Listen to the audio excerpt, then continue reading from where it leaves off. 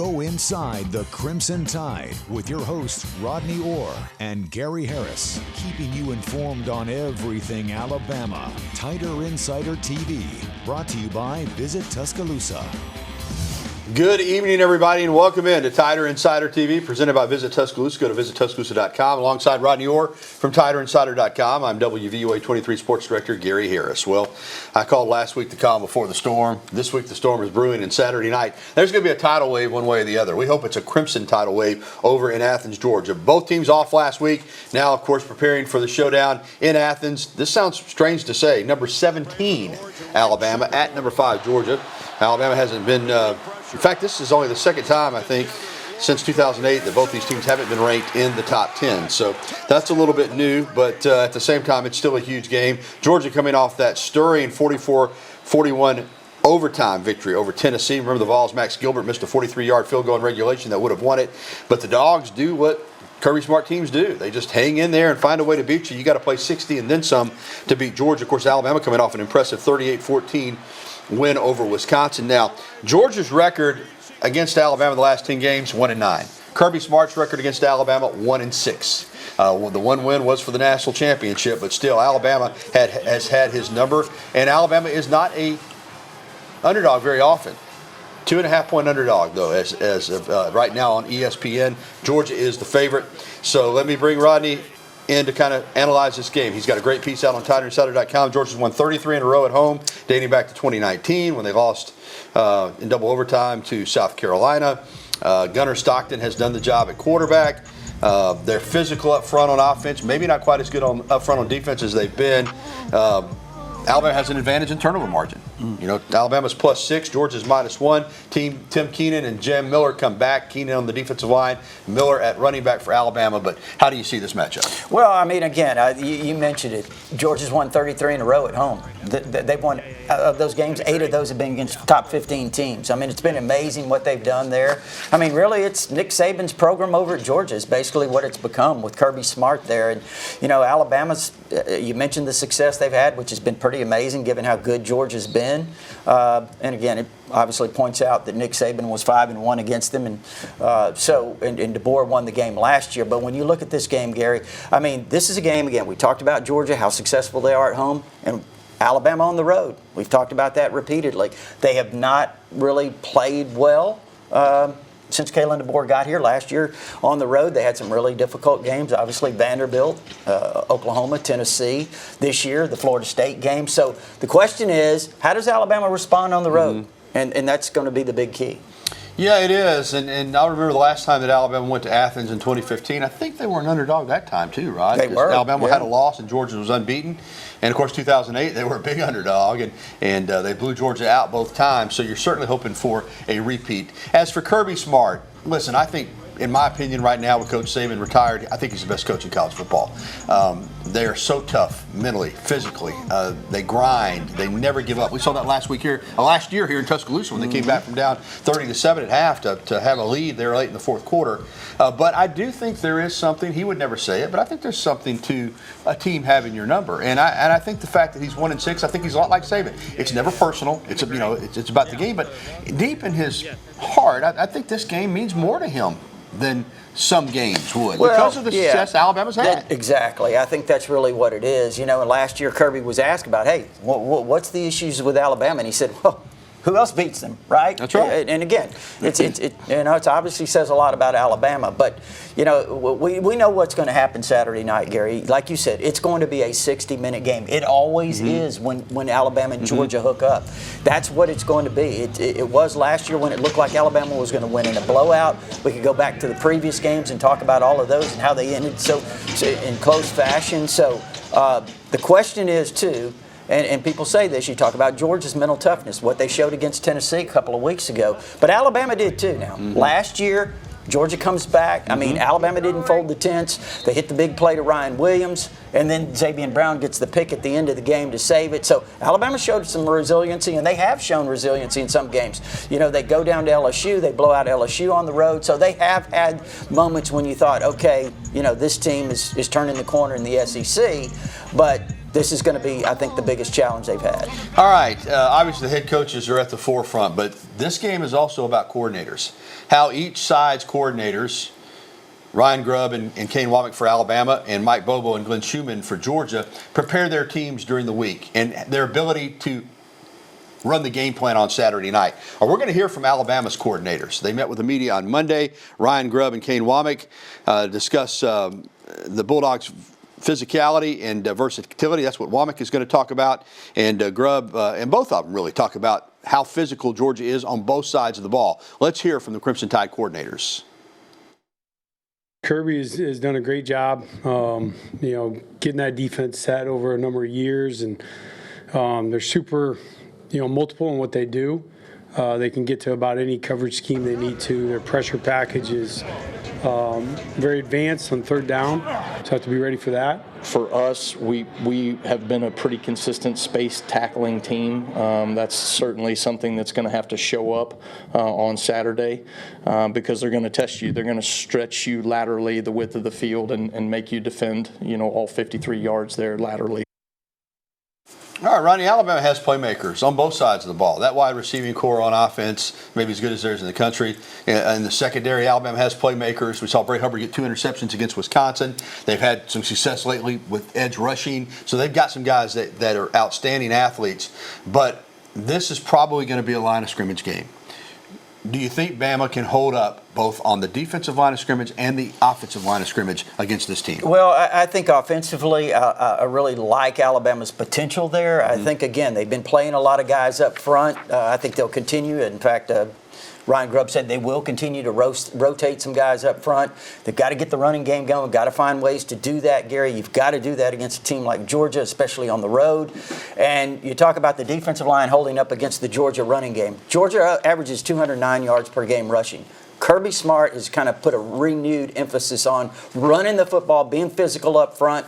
And that's a good question because, listen, Alabama's defensive line, thankfully they get Tim Keenan back. You've got LT Overton, James Smith behind them. London Simmons is a young player. He's shown some flashes, but there's just not a lot of proven experience depth. I mean, this is going to be a real challenge for this defensive front going up against this physical Georgia offensive line. And, of course, Georgia's defensive front has been, the last 4 or 5 years, the best in college football. I mean, you watch the Jalen Carter and Jordan Davis with the Eagles, and they're all over the league. They're good up front. They're not maybe what they've been. I mean, Tennessee ran the football for 175 yards, and they gave their quarterback time to throw the football. So maybe Georgia's not, as dominant up front on defense, and Alabama can exploit that with a hot Ty Simpson. No, I think you're exactly right. Listen, I don't think Georgia has been as dominant up front, or they're not as dominant up front. Now, they're still really good, but like you said, Tennessee hit some big plays. Joey Aguilar threw for 371 yards. He had several explosive plays. They had 2 touchdowns over 50 yards in the air. So there's going to be opportunities for Ty Simpson, I think, to make those plays. I do think Alabama's going to have to figure out a way, whether it's utilizing backs out of the backfield or the quick, short passing game, to kind of an extension of their run game to kind of get things going that way. So they're going to have to do multiple things to kind of keep Georgia on their heels. All right, it's time now for Coach Talk. Head coach Kalen DeBoer is 1-0 against Georgia and Kirby Smart in his short time at Alabama. And as we've talked about, Kirby Smart 1-6 against Alabama and 0-1 against Kalen DeBoer. Let's hear from both these head coaches now. DeBoer speaking about playing until the last second. We said you got to play 60 to play Georgia, and Smart talking about the difference between Alabama with Ty Simpson at quarterback as opposed to last year with Jalen Milroe. You fight till the very last play, and that's whether you're ahead or whether you're on the wrong end of it at that time. And that example last year was exactly one that we lived out. And so it was great, and then it was hard, and then we found a way. Ty's different than Milroe. You said it. So there's a difference in that, but he's a really good athlete. Like, he's a tremendous athlete. He played in games last year, and you watch all the snaps he took, and he has 60, 70, 80-yard runs that are, running down the field, outrunning good defenses. So he's a talented player. I would say he's probably the hottest quarterback right now in all of college football. High praise for Ty Simpson, Rodney, from Kirby Smart. I mean, and really, I know a lot of people are going to talk about the competition with Louisiana Monroe. And, of course, Wisconsin is a good team but not a great team. But the last 2 games, Ty Simpson, I think he's flying under the radar nationally. The kind of numbers he's put up, are jaw-dropping. It is. I mean, look, 41-46, a couple of those are drops. You can't get a lot better than that. It really doesn't matter the competition. Over 600 yards passing, 7 touchdowns, no interceptions. Gary, do you realize Alabama hasn't turned the ball over?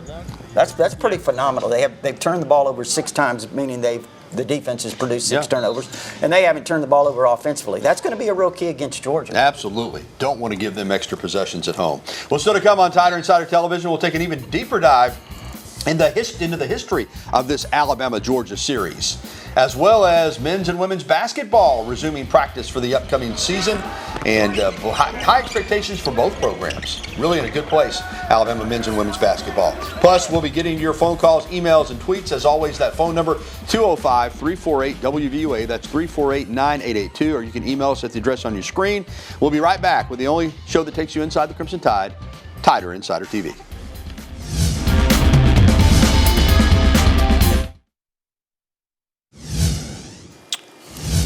All right, welcome back to TITV with Rodney Orr. I'm Gary Harris. We do want to read to you a statement issued by head coach Kalen DeBoer, Alabama football head coach, this afternoon through Yale, Alabama. During today's practice session, Jamarian Latham sustained a neck injury. He was transported to UAB St. Vincent's Hospital for further evaluation and care. We are pleased to report that Ja has full feeling and motion, and he's currently undergoing a thorough medical assessment to determine the next steps in his recovery. Our top priority is Ja's health and well-being. We are in close contact with his family and the medical team, and will continue to support him in every way possible. Further updates will be provided as appropriate. I know Jamarian Latham and his family well. He played at Pickens County High School just up the road in Reform. Talked briefly with his dad this afternoon. Everybody's really hopeful that he's going to be fine, but wanted to pass along that statement. We really hope so. Yeah, absolutely, for sure. All right, welcome back into TITV. Let's get to the history of this series, mainly focusing on the last 15, 17 years since Coach Saban arrived at Alabama.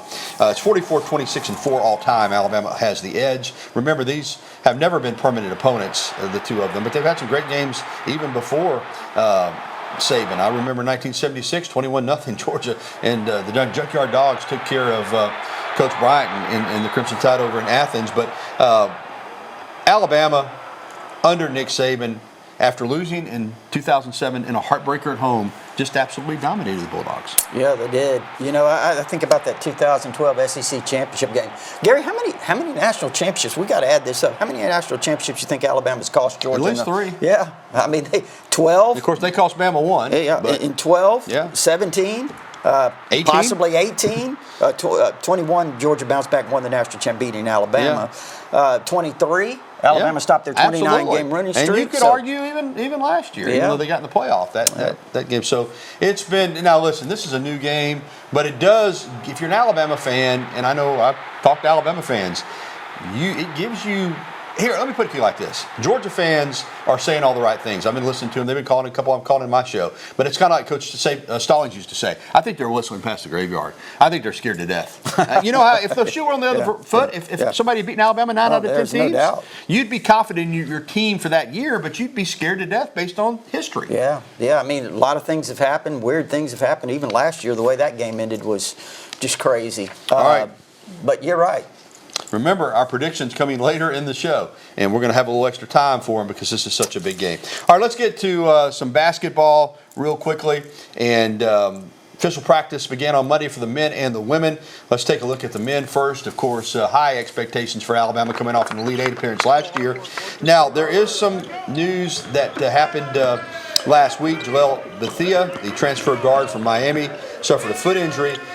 We feared that it might be something that was long-term, and who knows, it still could be. But respected basketball writer Adam Zagoria from the New York Times reported yesterday that it's just a broken pinky toe and that he could return by late November. So that's good news. Alabama will play a couple exhibition games in October, then open the regular season at home on November 3rd against North Dakota. The Alabama women also coming off an NCAA tournament appearance, and boy, they let one get away in the NCAA tournament last year, but they're really looking for big things. This program has kind of gotten back to where it was under Rick Moody now. Consistently in the NCAA tournament, chance maybe to make a run deeper this year. Of course, no Sarah Ashley Barker, Zay Green, or Aaliyah Nye, but they were all drafted in the WNBA. But this is a talented team. Coach Christy Curry has learned how to use the portal, Rodney. So as I bring you in, I think it's great that football is, still always going to be the primary draw at the University of Alabama. But when you get to basketball season with both these programs, there's a lot of excitement for the fans. There's a ton of excitement. I mean, when you look at the way, starting with the men's, Nate Oates, he's recruiting as well as anyone in the country. He's using the portal, like you said, extremely well, rebuilding this roster every year. There's a lot of excitement about the guys that he's brought in. Christy Curry did a fantastic job last year, and the expectations are on the rise. Yeah, and we know what kind of player Sarah Ashley Barker was, in-state player. She started at Georgia but transferred to Alabama from Spain Park. Ace Austin from Spring Garden, the talented freshman for Alabama. Watch for Ace. She has been a special high school player, now playing for the Crimson Tide. All right, still to come on TITV, our weekly Bama in the NFL update. And coming up next, your phone calls, emails, and tweets. And I'm sure that you want to weigh in on this big game coming up against the Georgia Bulldogs. There are big games and there are special games. This one is special. 205-348-9882 is the number. Let's hear from you, Tider Insider Nation. We'll be back after this.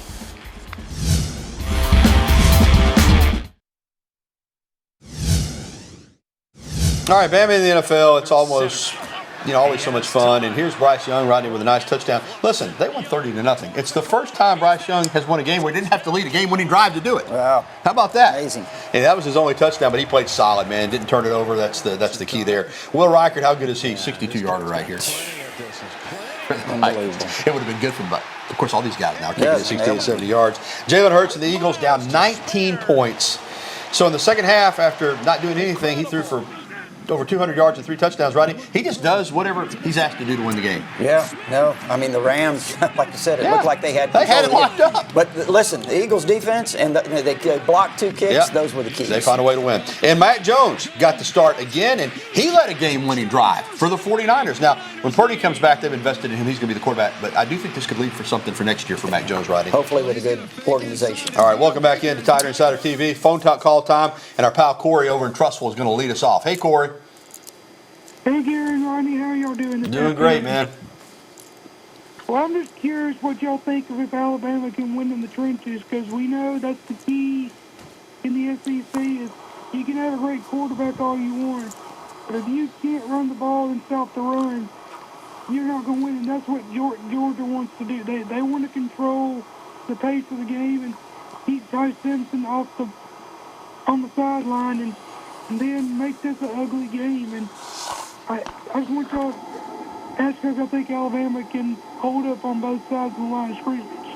Yeah, great points, Corey. Listen, Georgia's plus 10 in time of possession, Gary. They average 35 minutes a game. So that's really what they want to do. They want to be able to possess the ball.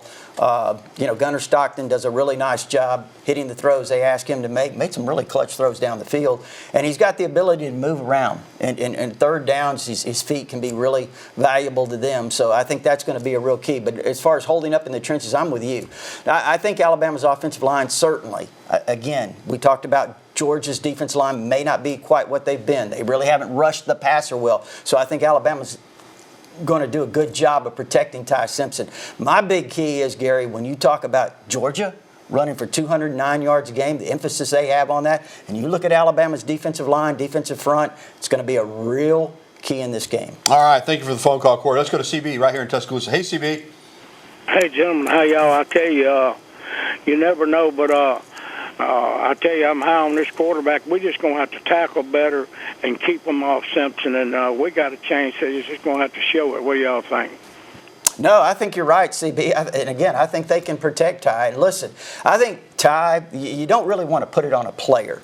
Because, again, it's going to be a unit. They've got to protect him. I like Alabama's weapons. Georgia, I think they're vulnerable to the pass game, man. I mean, listen, Joey Aguilar lit them up. Chris Brazzell, the receiver for Tennessee, had 6 catches, 177 yards, 3 touchdowns. So I think they're vulnerable to the pass. If you protect Ty Simpson, I think there's going to be a lot of opportunities there in the passing game to make big plays. All right, thanks for the phone calls. We'll get to more of them and our email question of the day. We'll be right back.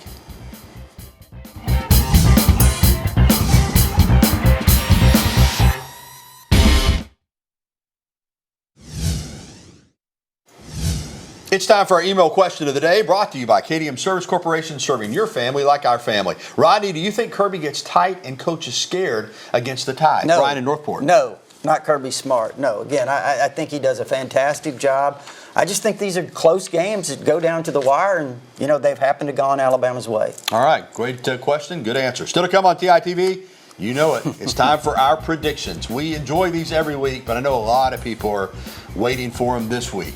And let me just say, kind of a teaser, I've picked Alabama to lose before, and they usually win. Just say it. We'll be back after this.